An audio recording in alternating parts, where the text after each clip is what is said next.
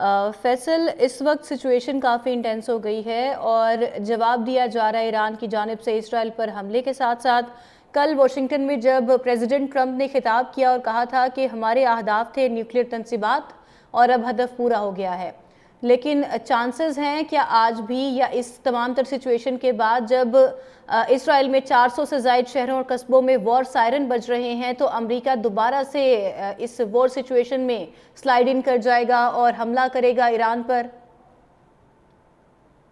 जी बिल्कुल चांसेस हैं और इसका हिंट प्रेसिडेंट ट्रंप ने अपने ट्रुथ सोशल के पोस्ट में भी दिया है और ये करार दिया है कि अगर ईरान की कार्रवाइयाँ नहीं रुकती तो वो दोबारा इस तरह की स्ट्राइक्स कर सकते हैं। साथ ही ये चीज़ बहुत अंडरस्टूड है कि इस इंतज़ामिया पर भी उसी तरह का प्रेशर है। इसराइली जो ग्रुप्स हैं यहाँ वाशिंगटन डीसी में जो एक्टिव हैं, जिनका डेमोक्रेटिक एडमिनिस्ट्रेशन पर भी इसी तरह का प्रेशर था और उन्होंने गज़ा जंग को इस लेवल तक ले गए। तो एक बहुत बड़ा प्रेशर मौजूद है और फिर इसमें सदर ट्रंप की जिस तरह की तबीयत बताई जाती है कि वो रैपिड डिसीजंस लेते हैं और डिसीजंस खुद लेते हैं, इसको लेकर भी कि वो हर चीज़ का क्विक सोल्यूशन भी चाह रहे होते हैं और उसकी एक टाइमलाइन भी हमने देखी।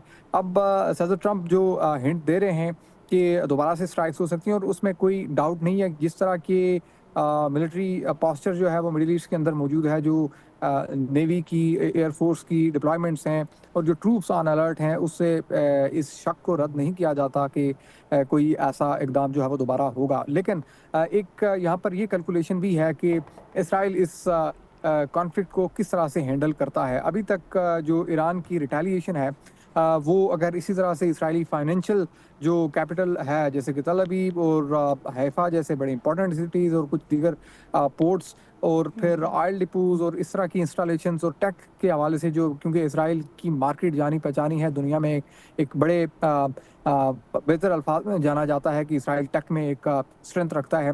तो आपने देखा कि टेक के एक बड़े नामवर जो वहाँ पर हेडक्वार्टर था माइक्रोसॉफ्ट का, उसके ऊपर कार्रवाई हुई।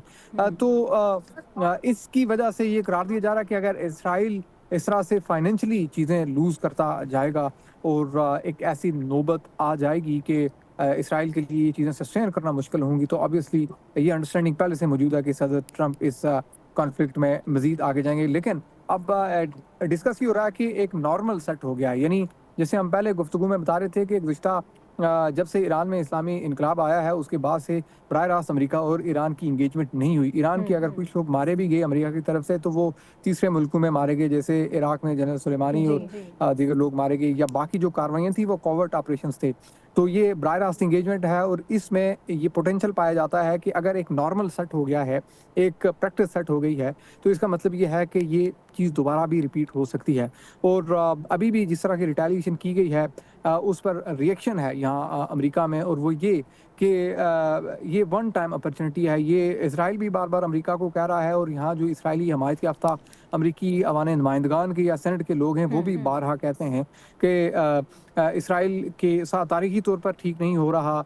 जो जेविश पीपल हैं उनके साथ हिस्टोरिकली जो है वो यूरोप में जो कुछ हुआ और अब भी उनको बचाना हमारी जिम्मेदारी है। तो इस अंडरस्टैंडिंग के साथ इसराइल को असिस्ट करने की अंडरस्टैंडिंग पूरी तरह से मौजूद है। हालांकि सदर ट्रंप ने यहाँ इलेक्शंस में बहुत सारे कमिटमेंट्स की थी कि वो किसी फॉरेन वार में नहीं जाएंगे, ना ही किसी फॉरेन वार को फंड करेंगे। दैट्स वाई इस वक्त ये भी चीज़ समझने के लिए अहम है कि सेनेट में, अमेरिकी सेनेट में और अमेरिकी अवान नुमाइंदगान दोनों में ही रिपब्लिकन जो हैं सदर ट्रंप की जमात वो अक्सरियत में है और उनके ही लोगों ने जो और है वो कुछ ये भी ऐसे कहिएगा, रेजोल्यूशन डेमोक्रेट मेंबर्स का इस हवाले से क्या क्या राय है तमाम तर सिनेरियो को लेते हुए, जंग को लेके?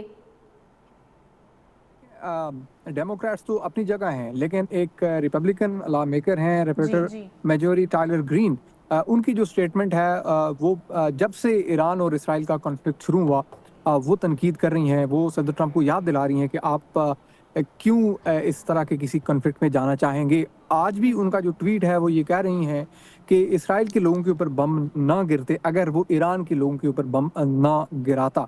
तो ये चीज़ अपनी जगह मौजूद है। और साथ ही जो बाकी लीडर्स हैं जैसे कि कुछ दीगर अलामाकर्स हैं जैसे कि सेन कैस्टन हैं, वो ये कह रहे हैं कि ये जो मेरिट है ईरान के न्यूक्लियर प्रोग्राम का, इसमें सदर ट्रंप जो हैं उनकी अथॉरिटी कैसे है कि वो किसी ऐसे दूसरे ग्रुप के बारे में ये करार दे दें कि वो उनके लिए खतरा है।